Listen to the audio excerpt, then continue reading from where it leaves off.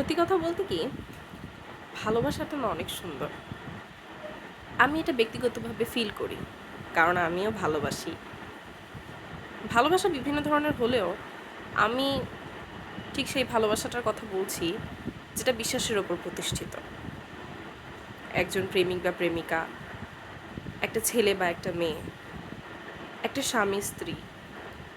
আসলে ২ টা ভিন্ন ধরনের মানুষ যখন তাদের ভিন্ন, ভিন্ন বৈশিষ্ট্য নিয়ে একই সাথে বসবাস শুরু করে, একই সাথে তাদের ফিলিংসগুলো শেয়ার করে, সেই ভালোবাসার কথা বলছি।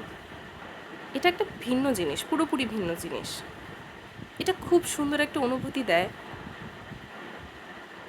অনেক ভালো লাগে সেই মানুষটাকে। তার কোনো কিছুই আমাদের মনে হবে না যে আম সে দেখতে খারাপ বা সে দেখতে সুন্দর। এটা মনেই হবে না।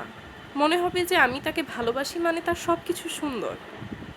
এমন হয় না যে সুন্দর বা অসুন্দর আ আসে না।